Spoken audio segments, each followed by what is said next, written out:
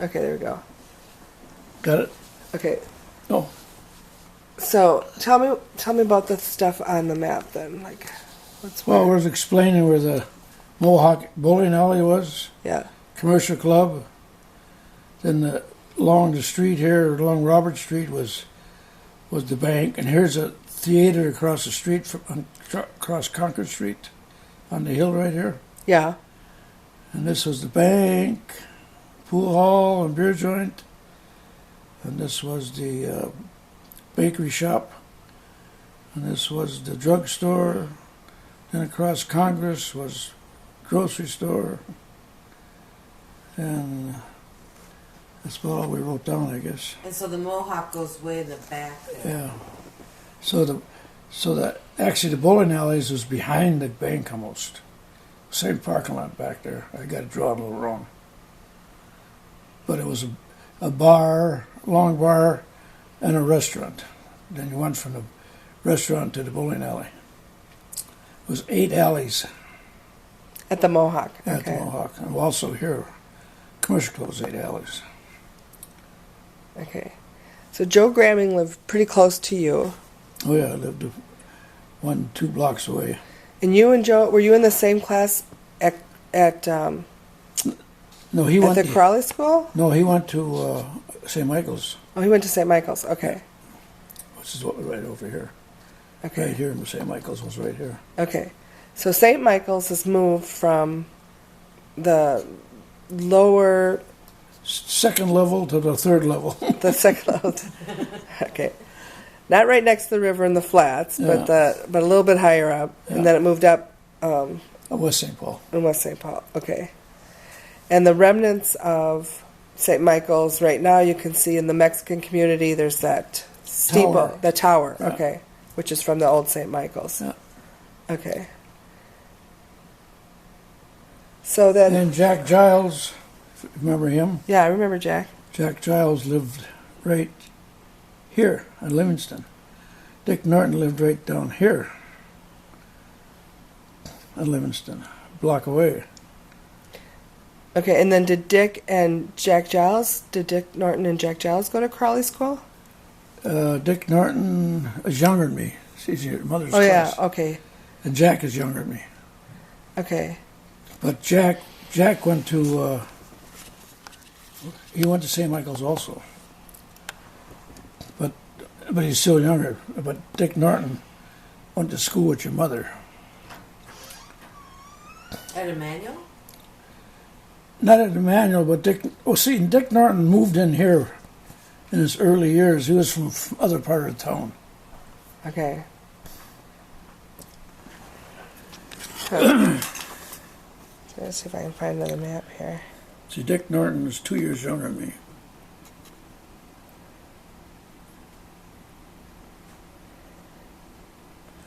And then the Sads lived right about here someplace. It'd be, would be 2 blocks from Robert Street on DeLoss. They live right here. And then a couple of guys live in these apartments right here, like the ones you showed there. They live right about here. There's apartments there. And where did Joe Sad go to school? Joe Sad, he's younger than I am. Yeah, I went with George and Louie. Do you know where he went to school? Do I know where he lives now? I said, do you know where he went to school? I think he went to St. Michael also. Yeah, they're quite a bit younger. They were probably 5 years younger or something. Okay, so you said when you lived in this house, let's see if I can find it again. Here's Fairfield. And here's Edward. Edward, yeah. So you're like right here. Yeah. Oh. So you... I didn't know nobody then. None of these kids, you didn't No. know any of those kids? Just I remember Don Shipley lived there, Billy Shipley, Roland Sauber. Whoops. Oops, that's right. Roland Sauber lived right in this area. Roland Sauber and Bill Shipley I went to kindergarten with. Crowley. And offhand, that's what I remember. Okay, so Then on Edward Street was Lester and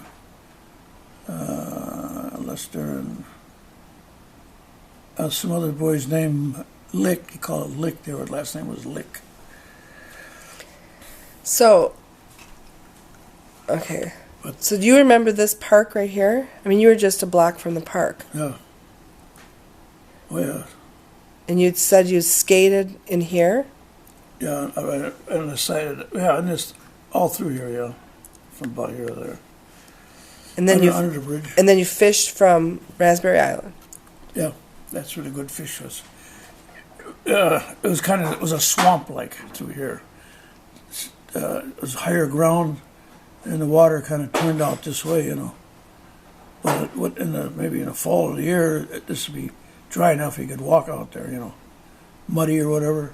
And then we'd fish off the shore into the main river. And you said the beach for swimming was over here, on the other side of... No, it wasn't on the island. It'd be right in this area.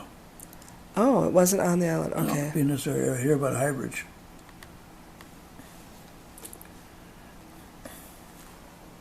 Okay, and so then when you lived on Edward Street, you didn't have any electricity, but you did have a water closet. Yeah. Just the toilet. Yeah. With the water overhead. Yeah. And the kitchen sink. And a kitchen sink. So you had running water, but no electricity. Yeah. And your lights were... Lamps. Kerosene lamps. Yeah. So you said that was one of your jobs? I mean, so what exactly did you have to do then to film? Well, you got to take the globe off, you know, and clean that. It gets all smoked up. And then you had to take the wick out of the reservoir and fill the reservoir with kerosene. Then if you had to put a new wick in, you had to put a new wick in or something. And put it back together. I think I did I had three lamps, I think. One for the kitchen, one for the living room, and one for my mother and dad's bedroom. We didn't have one. You didn't have a lamp in your room? I suppose there's no reason to have one. You're just supposed to be sleeping, huh? Yeah, right. It was in a dining room. It was a bedroom, but it had an opening to go into the bedroom. No door. So you could see light from the dining room. Yeah. So I remember Grammy saying that you had this pet rooster. Yeah. So when was that? Well, what happened, I assume it was Easter, and they gave me two chicks, you know. Well, I raised the chicks. One died, of course. And this rooster finally grew up. And what he used to do, I used to chase him all over the yard and stuff, play with him. At that time, I kind of played with myself. I didn't know too many people. And what he used to do every day, or in the morning, he would climb this big old cotton tree. He'd get up there quite a ways and up there and cock-a-doodle-doo. We call him cock-a-doodle. He'd get up there and wake everybody up. Grammy seemed to take great joy in talking about cock-a-doodle. Yeah. So whatever happened to cock-a-doodle? I don't recall what happened to him. Maybe they ate him, I don't know. But people had animals all through that area. I mean, farm animals. Well, not on this side. Mostly over here on the east side of Robert, where the Mexicans and Jews live.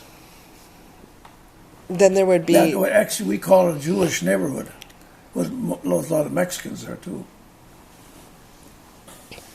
And then you're saying, like, what would be their goats? Yeah, smaller animals. Smaller animals. Goats and chickens and what have you, you know.